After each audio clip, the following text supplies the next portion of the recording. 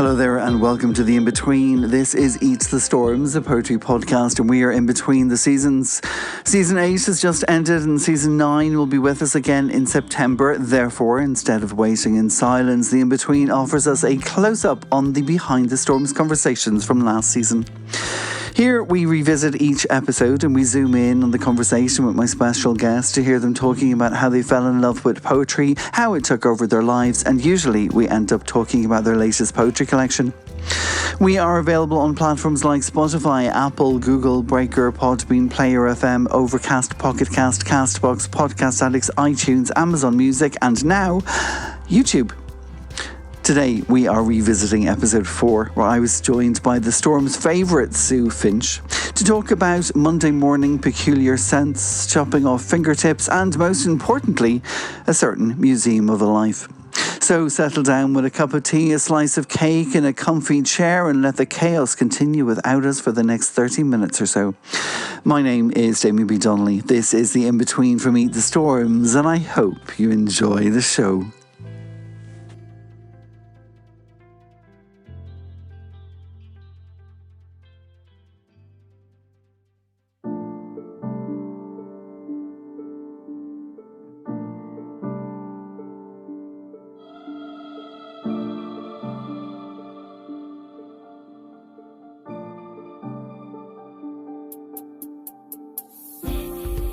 So I am thrilled today to have with us from behind the scenes Sue Finch. She is originally from Kent in the United Kingdom, but now living in Wales with her wife Kat, a fine collection of Smurfs, a stuffed teddy called Ronnie, more about that later, and an addiction to lost elastic bands.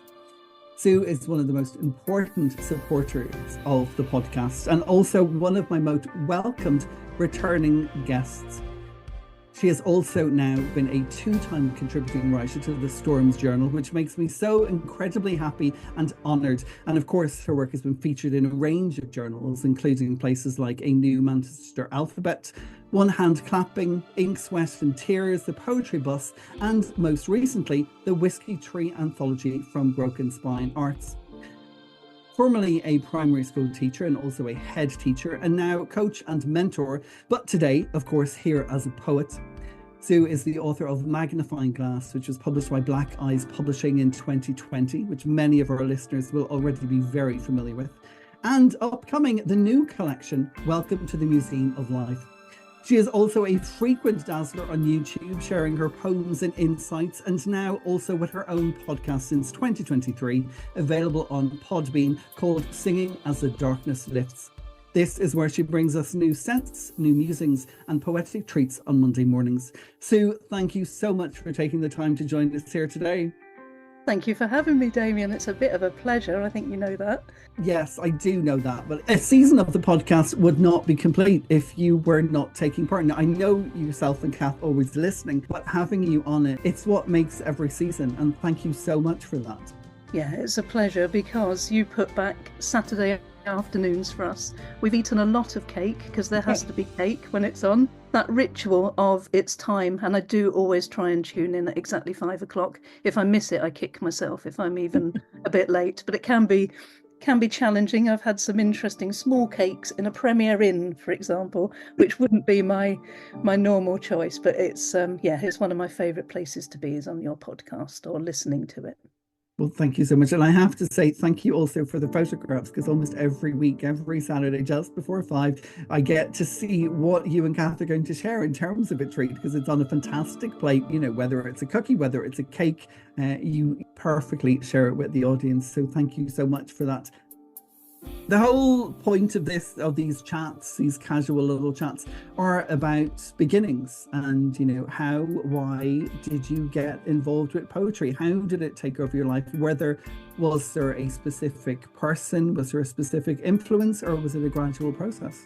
Yeah, so you've just transported me back to probably when I was 10, because if anybody ever asks me how did I get into poetry, I really think the time I came home from school and read a poem to my brother. Well, I probably told it to him. I'd memorized it at the time. And he said I couldn't possibly have written it. It was a cracking poem called Harvest Time, and it rhymed. Some really bad rhymes in it, but I said it to him and he said, no, you didn't write that. And I said, but I did. I'd spent the afternoon sitting in a class, looking out the window on a sunny day, thinking about things that are in harvest. And then the teachers at the school said to me that I needed to read it at Harvest Festival, which was a thing.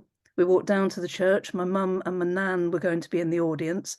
And all I can actually remember, apart from my brother saying it was a good poem, is sitting in a pew and one of the teachers, not my teacher, just looked at me, took hold of my hands and rolled up my sleeves because my jumper was either too long or, as my mum would have said, I probably had chewed the ends of my sleeves. So she either rolled them up because it didn't fit me properly, or she could see I'd chewed my sleeves and it wasn't appropriate for church. So at that time, I would say to you now, I bet I was confident, right, standing up there reading that poem because I thought it was good. Then I would write stuff. I did at university, I wrote stuff.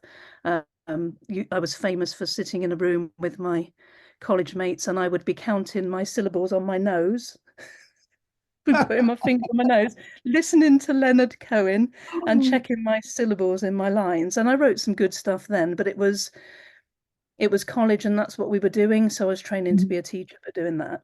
And then I probably didn't do a lot when I was being a head teacher. So there came a point, I think it was probably 2015, I can't quite remember, when I thought, I'm missing me. There's something about me that is not here anymore. And I think it was poetry. So I thought, what can I do? And I decided to do an MA simply because if I studied on a Monday and Tuesday and made myself do it, it would be something to come home to for me. So I'm not quite sure how I fitted it in now. And Kath always says she earned the dots in my MA because she would read my essays and correct any punctuation that might need punctuating. So when we had our champagne to celebrate it, we were toasting my achievement and the dot. So that's it really. And then I had a confidence of crisis. I liked what I was putting on the page, but wanted to see it in the world and wasn't ever sure I was going to find an audience. So I got to a point where I was really doing it for me and really proud of finding that time, but didn't quite know what to do with the poems, if that makes sense. And it was a New Manchester Alphabet. Was that the first time that you were ever published? Was that? Yes. So I had something called A Door Closes. You know, those funny competitions you get where you all have to buy the book. So in my youth, sort of early 20s, I wrote, and it is good, it's a good enough poem, but it's one of those ones where they put together the anthology and they hope you've got like great auntie, this, that and the other up the road who want to buy a copy. So that was a good poem. So that was published in a way. But yeah, my proper publication was that one, Graphene. So some people had already grabbed a letter of the alphabet. So I can't quite remember how I got G for graphene, but I do remember my poor brother comes up in all of this. I texted him and I said, what, he's a scientist. What can you tell me about graphene? So I got this little set of things on a text message, which told me a bit more about graphene. And I thought, oh, okay, I can do something with that. So he's been quite instrumental in my poetry, but I crafted it a bit after that. And then there was an illustrator. So somebody illustrated it, we wrote the poems, and then there was a launch and nobody could come. Kath was busy. So Georgie and a few people that I studied with were there, but that was quite brave for me to go to a big city. But it's funny as you say that you record yourself reading poems and they're on YouTube. You also now have your own podcast. We'll talk about that in a moment. But in terms of the YouTube videos, the thing that always brings me joy is before you start the poem, because sometimes the poem is literally about chopping off part of your finger, but the thing that brings me joy is seeing your face when you start to read, because I think for me, the thing that you do is that you don't just write a poem and put it on the page. I can see that you want to share the poem, express the poem. And by doing that, by recording it, we get this deeper insight into the poem itself. You know, we get your intonations, the stresses, the breaths. Do you think about that consciously? So the reason it started was because I really struggle with my confidence. So I thought, what's one way of doing that? If you're me and you're scared of putting yourself in the world, then one of the biggest things you can do is actually video yourself doing something. So that's how it started. I can do what I call now one take Sue. So I can sit down, breathe, and in inhabit the beginning of the poem and then I just go for it because I want to be read. So I know that's not being read, it's being seen. But I want my work out there. And my sister always used to say to me, you can't hanker to be a poet that people read if you're not ever going to read your poems to them. So that makes me laugh as well. So now I'd say, because I've been doing it for quite some time, it was one a month, got me through lockdown. And it was also a way of keeping in touch with my family, because if my mum wanted to see me read a poem, she could go on YouTube and have a look. But now I can do it. So the whole point is to sit somewhere and just be in the moment of that poem.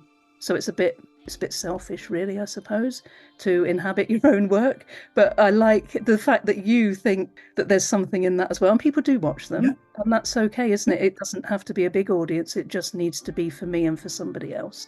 So I'm really proud of how it's developed. But it was all really designed to help me try and find my voice as well as get myself out there, because I want to be out there. But I think I've noticed sort of over the podcast, and it's funny because when I originally started the podcast, I was having panic attacks. And at one point I thought, why am I doing a podcast? But over the course of doing it, the thing that I've learned is that reading a poem is very different. And even if it's a poem that I'm still working on, if I read it out loud and if I trip over a word, more often than not, it's a word that's wrong, or it's a word that doesn't quite fit, or it isn't quite there, or the line isn't quite there. When I read a poem and it's sort of first taken, it's all the way through, and I'm happy with it, and I know where the breaths and the pauses are, I think, oh, okay. But what I've begun to learn now is just by reading things and recording myself, even if it doesn't go out there, or even if it's just me listening, it's my way of hearing what it sounds like, and then what will it sound like in somebody else's ear. Yeah, and I've always admired you from the first time we shared a Zoom room, and you deliver your work so well. And I was thinking, oh, one day I'll be a bit like Damien. But we have Poetry Corner here. So Kath will say, have you written something new? She'll go and sit in one chair. Well, I'll be sitting here and read it to her. Oh. And that gives me the find the stumble words or the bits that I can't actually say. So that helps. There was one time I was recording, the Museum of a Life poem, which was actually going somewhere. It wasn't just for my YouTube thing. I was in this room. This is hilarious. And I'll tell you now, because I might as well have started. I was in this room for 50 minutes, okay? And then I kept going in and out. There was a time I opened the door and I went stomping up to Kath's study and I said, do you know what? It doesn't matter whether I like the flipping poem or not. I just need to read it, because what I was trying to do was say something at the beginning, like, I like something or other. And she was in stitches, really. But I think it was 2 pints of water and 50 minutes. So I'm a bit better than that now. I have to say, honestly, and it's not a joke, and it's not me trying to build you up, but when I do watch you reading, I find that, to me, you go into this place of calmness and then you take on the poem. And I've always admired that. Whereas I think where I have to read, I'm trying to catch a breath and I'm thinking, oh, I'm getting flushed now and I'm all red. And I'm worried that that's all going to come across on the screen. It's funny, when we're on our Zoom screens, we have the protection of, really, we're just in our little houses on our own, talking to our computers and, in control of the lighting and the sound. But then you forget that other people are listening in and other people are watching. So Sue, you are also now podcast host and producer. You have your own show currently on Podbean called Singing as the Darkness Lifts. How did this come about? Why did this come about? And tell me all the smells that we're going to be hearing on Monday mornings, or discovering on Monday mornings. I hope they're good smells. Yeah, so do I. I dread the day that it's really terrible, Damien, when I wake up on a Monday. So you do have a penchant for peculiar, though, so... Yeah, so it's all right, really. Anything will go. It's got to be authentic. So it started in September because I was doing a change of career, so training to be a life coach, stepping out of head teacher land. But what I wanted to do, one thing that was really important to me, was have Monday mornings for me. I used to be absolutely exhausted on a Friday night, and sometimes the thought of going to work on a Monday without enough energy felt horrible, for want of a better word. So I thought, I'm going to reclaim Mondays. and I needed a hook. And I thought, actually, I do have a good sense of smell ever since I had my head in that freezer when I was about 6, lost in the supermarket with my head down by the fabs and enjoying the smell so much I lost my mum. So I thought I'll do that because I used to notice what was on my drives to work, and I really like to see what the air smells like. And it has been different. I think when I'm talking to you now, I'm on episode 21. And the smell of Monday morning has been different every single week, and it's surprised me and entertained me. So that's always my start.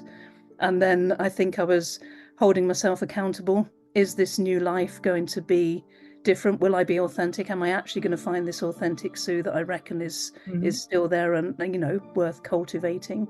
So I was holding myself accountable. So I was writing it as a blog. And then I thought, hold on a minute, you're missing a trick here, because you're still writing, you're putting things on the page. So if you want to be what you say you're going to be, the best version of yourself, you're going to need to say this out loud and then see if people want to hear it. And also it's good, I think there are people who prefer to be read to, like my sister likes a bedtime story, people who like that more than reading. Yeah. So then I thought, there's all these great people with podcasts out there. What about if I give that a go? So some episodes are like 3 minutes long, some are 7, and some will resonate with people and some will just go, what is she going on about now? But I really like it, and it has. I've listened to it all in one go because I am peculiar. So that when I got to an hour, I sat here one day with a cup of tea and listened to it all. And you know what? I could hear my journey from September exhaustion to gradually, and that's why it's called Singing as the Darkness Lifts, for the birds at dawn and for that mental health journey of let's see what goes on. But again, it's about journeys, and that's what you do so well. I want to talk to you about your collections, because Anna Saunders, dear poet, fantastic poet, and the founder of Cheltenham Poetry Festival, said that to read Sue Finch is to be transported to other worlds in which the everyday is transported into the stuff of myth and legend. And to me, that is definitely what it's like to dive into your work all the way through Magnifying Glass. There are journeys, tripping out sometimes, reality into fantasy, but it's all grounded in this realness.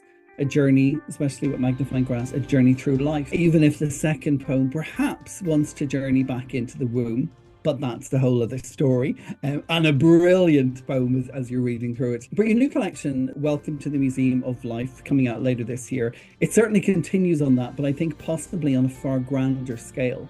I got the chance to read it in advance. Thank you so much for that. And it is, I think, Dali-esque in its scope and it's in its dreamscape. But again, it's grounded in the ponds, the pitfalls, the pandemics, the plethora of birds, all laid out like a seasoned curator would in an actual museum. So I was wondering maybe if you could tell us about this life that you're putting on display, and also the cheeky things that you haven't put on display but yet are still cleverly acknowledged in the book itself. Okay, it is that zooming in, and I'd got a few poems that I was really proud of. And I thought, is there a collection in this? And I couldn't see anything at first that would tie them together. And then I thought, do you know what? I'm exhibiting. These are all exhibits. So then I began to picture it. I can actually picture in my head these things in a museum. I think that would be a cracking museum. From the inflatable ladder, there was more to be said. So what I'd set down in Magnifying Glass was important to me. I needed to stop and take stock. I wanted a book in the world, and then if by doing that I felt I could go forward. So then when I got these other poems and I looked at them, I thought, do you know what, a child once said to me, I bought you this, it's a beautiful rabbit, like out of Alice in Wonderland, figurine, and she said, I bought it for you because you like peculiar things. And I thought, I've always liked peculiar things. And so that zooming in on the different parts. So obviously there's still a dead rabbit. There's still plenty to be said about that kind of thing in my work. That's going to probably come up again and again. But that's how it came about. And then I'd missed things from my childhood. So I've got like a massive jar of Smurfs now. When I was little, I would have, I can't remember how many I had, but I had some. And then I got to this, a few years ago, and I thought, I miss some of those things from my childhood. So I would look for them. And then you gradually, if you're me, you find them or people buy them for you. But I hate dusting. So I can't have things around my house that are going to gather dust. Well, I can, but I'm never going to dust them. So I put them in jars. And then that led to that dream I had where it was a cracking dream, and it is that poem where I dreamt that Kath had got this crane in the back garden. She'd summoned me out there and she said, you know, you're going to become the exhibit. And probably from there, everything came together. So I was keen not to include anything that was really tentative. I think it does gel. But the interesting thing is it's still got a chronology to it. If you've lived my life like I have, there's still that childhood, and this one obviously goes right to the Death Watch Beatles or the buffet table, and you know, looking at that. But again, that was in magnifying glass, so I think it's just quirkier. The peculiar is in there, but it's definitely bits of me. I was listening to your video today, and I think you were reading Her Skin from the Storms. Thank you very much for being such a fantastic contributor. Again, it's always a joy to turn the page and see your name, your poem in it, because I'm a huge admirer. But what you said was there's always another part of the story. So always another angle to view it from, this endless inspiration from the same moment, the same incident, the same memory. And that's incredible, because I think a lot of people think, well, I wrote about that and there we go. But you fascinate me because you thrive at re-examining. Yeah, and sometimes it feels important to do it. I can see a different angle. And I don't think I've ever been scared of getting all the feeling and the angles out there. But I think the older I get, the more I want to look at it from the craftier angles, the darker angles, or really admit, you know, some of those things that were going on. My poor friend Julie gets traumatized every time I say there's another poem about chopping off the end of my finger, because it was her house I was staying in. No. But I always say, but it is so me. It is so good that it happened. It was horrible at the time, but it gave me that thing to think about. And then when you listen to what other people say about moments in your past and you think, crikey, they saw it from that angle, that might be important, or I didn't even think of it like that. Like my mum saying, oh, I cried because you weren't perfect. Now, it's lovely that she's honest enough to be able to say that. So she was sad that I was in pain, but that feeling, and I think I just love it in other people's poetry, the curiosity for what are they going through, you know, the unique to the universal, and just seeing it. And I think if anybody can be fascinated by my story, that's super cool. And you do peculiar so well, but what you do, and that's what I sort of meant in sort of this sort of Dali-esque dreamscape, that you do it for the reader in such a, we put such a trust in you. I feel that when you write about something, you're not necessarily a cathartic experience that you're trying to heal. I feel like, you know, regardless of what it is, the healing is there. It's just an understanding of what that moment was like then, what that moment was like yesterday, what that moment's going to be like tomorrow. You do it with such a wit, but a cleverness to it. But everyone is a journey with you, and everyone has a craft and a consideration that sometimes is quite rare. I've read your poems, and in the storms are blind submissions. But the first time you submitted, I thought, I see that craft. And that is a huge testament to you as a poet, as a writer. Yeah, and somebody else said that. I was in a poetry workshop once, and they just said that they would know a Sue Finch poem. And I thought, oh, now that's what we want, isn't it? I'll take that. How difficult or challenging was this one to put together in comparison with Magnifying Glass? Because this one, you know, it is laid out as a museum visit. Yeah, I think it wasn't difficult. My only worry was, you know, there's a gift shop at the end. We don't want anybody, like I do at some of the properties that I go to look around. We don't want anybody hankering just for the tea towel and the bit at the end. So that was a nice feeling, because I am quite unique. If you take me out for a day and show me something nice, I can see it quite quickly. And I do want the tea towel and the jar of jam at the end. But I think sorting out the galleries was interesting. And to have that one about the dreams, which sort of came from the lockdown poems that came from my dreams. They actually, a lot of those were just things filtered out of my head. And I used to love it. I'd wake up in the morning and think, I'll just go and jot something in my journal, because that could be a poem. So they needed a gallery of their own.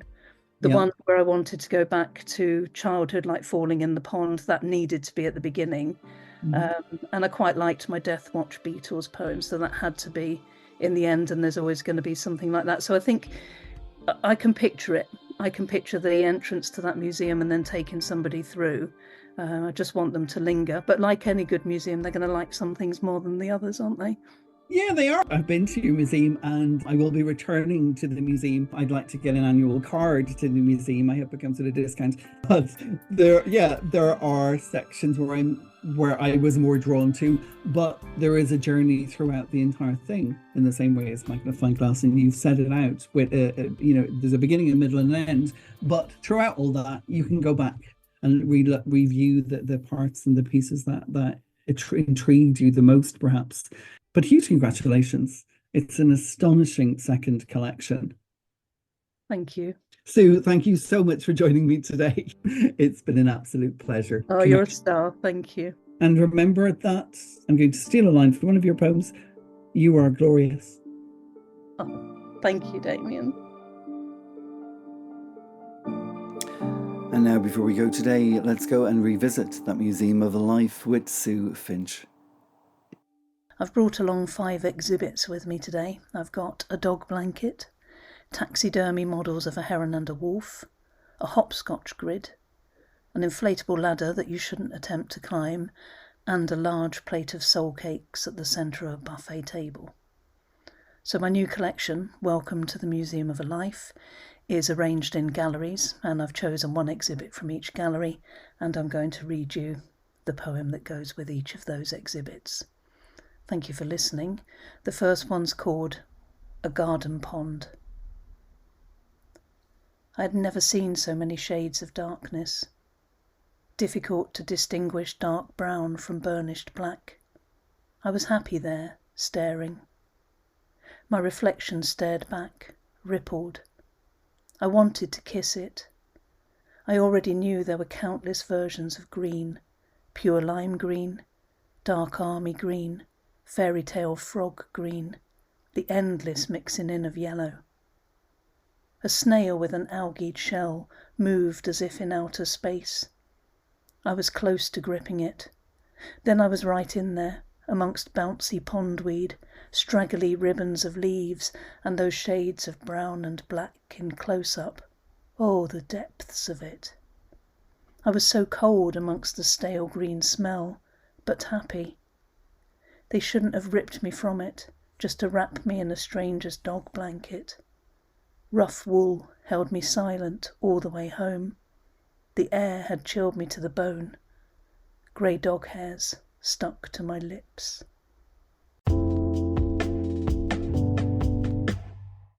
Gallery 2 features this poem.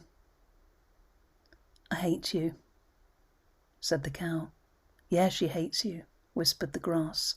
Hates you, it swished on and on. So I climbed the gate. Get off, you're too heavy, said the gate. Yeah, you're going to break us, said the padlock on the chain. I stepped over a large muddy puddle, marvelled at a greeny-brown cowpat. Imagine creating that. Then I remembered that the cow hated me, and I ditched my admiration. Stop looking at me, and notice how quiet it is, stupid, said the cowpat. I lifted my head to the clouds, caught the eye of a bird I couldn't name, saw its beak begin to open. I wondered if the silence would shatter like a pint glass, all splinters and nibs, or just quietly split down the middle like surface ice on a pond. There's only one of you. The unknown bird was staring at me. I waited for it to cock its head. It remained still, a totem carved in the tree. You want me to repeat that, don't you? Mocked a heron standing on the path. You think I have ancient grey wisdom and the key to solitude. I did. I wanted to keep going, but as his wings opened like a prayer, I froze. This poem's called Hopscotch. The numbers should be in a straight line, like a road, or left to right with a 0 at the centre. Hopscotching them is wrong. It's not even that the odd ones make a pattern for your feet to land on. You say I should be throwing a stone to tell me where to jump to, that just going from 1 to 10 is not how it's done. I don't tell you I'm only doing it because it's there, or that I think using a stone is wrong. I like the smoothness of dice and counters, the satisfaction of rolling fair-weighted ones. It worries me that the squares aren't square, and what of the chalk with its impermanence? I fear I cannot hopscotch with you. It's okay if you don't want to play, you were saying. I understand. But I don't want you to understand. I want you to change the game, adapt the rules and make it better. I'll play, I tell you. Just don't make it stop at 10. Make it last longer. Make the squares as square as you can, go to 100, and find me the smoothest pebble possible. We can't use a stone if it goes to 100, you tell me, as you pocket the chalk. And this poem's called Hanging On. Sure of the rope that had me swinging, certain the rungs were wooden, I thought of the grip of past climbers, all the dirt pushed into the twists, smoothed and darkened by person after person. And here I am, 3/4 of the way up, suddenly swaying on unanchored plastic, the realization that the ladder is inflatable. I cling on, tell myself height is irrelevant, that I was ascending before. Say if hand over hand worked a few feet in the air, there is no reason to doubt it now. I will the sway to stop. Keep listening. I go faster, desperate to outclimb that gentle puff of escaping air. And the final poem's called When I Am Gone. Serve soul cakes. Sprinkle dried green lettuce on salty crackers. Plate up purple and orange macaroons, yellow too, if it pleases you. Spear black olives onto cocktail sticks. Put out far too many bottles of red wine. Spend an hour of your morning cracking almonds into small bowls. Sweep up the debris with your hands. Let each fruit be a memory, but watch out for the bitter ones.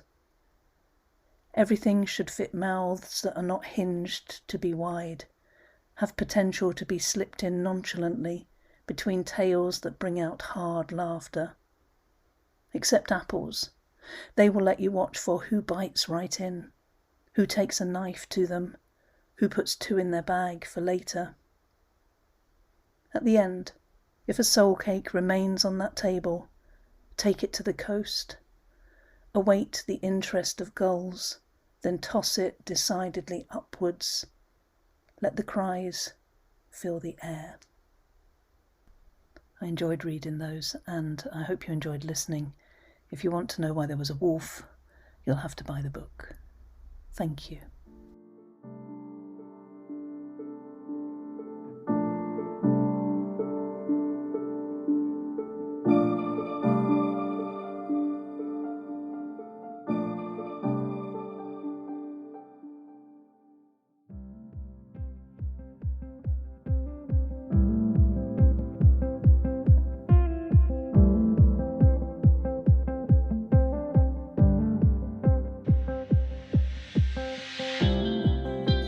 Poetic peeps and gentle persons, in-betweeners and nonconformers, genders all and genders equal, we've reached the end of this special in-between episode of Eat the Storms, the poetry podcast. I've been your host, Damien B. Donnelly. My guest has been the magnificent Sue Finch, and you can find out details of Sue, her podcast and her poetry collections over at Eat the Storms. Just click on the Listen to the Podcast section and there you'll find a blog post for every episode. This was the In-Between with Sue Finch. We are available on platforms like Spotify, Apple, Google, Breaker, Podbean, Player FM, Overcast, Pocket Cast, Castbox, Podcast Addicts, iTunes, Amazon Music and YouTube. And if you'd like to take part in our printed journal, The Storms, then you'd have just days left. as the submission period closes on the 14th of August. You are asked to enter poems, your prose pieces, be they fiction, non-fiction, flash fiction, essays, your paintings, your sketches, your photography. For our issue 4, which has the theme of Dublin Days from city to shore and across the sea. One city and its diversity, devilment, desperation, determination and diaspora. We will be launching in the magnificent venue that is Ardgillan Castle with the most incredible views of Dublin's coast on the 10th of November 2024, and we're supported by Dublin UNESCO City of Literature and the Fingal Arts or Fingal County Council.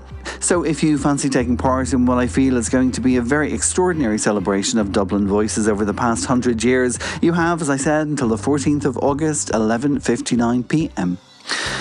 So that's it from me. If you're taking part in the Seeley Challenge, I wish you a happy reading for the rest of the month. The Seeley Challenge runs for the month of August, and each day you're encouraged to read, explore, dive into, get lost in a poetry collection, chapbook or an anthology.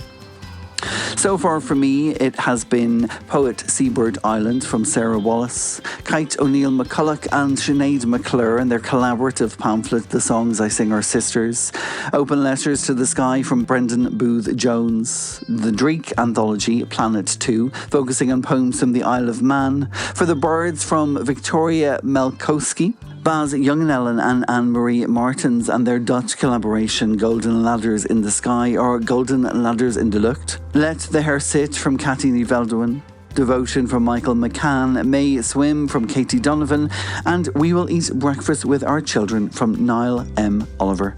And I can't wait to see what the rest of the month will bring, although I know it's already bringing me on a return visit to Sue Finch's in the Museum of a Life this afternoon. And with that, I'm off to the garden to do some reading, some digging and some eating. My name is Damien B. Donnelly. This has been the In-Between from Eat the Storms, a poetry podcast. And until next time, seeing as the sun is here, make sure you apply the sunscreen. Don't miss the tops of the ears. And of course, until next time, stay bloody poetic.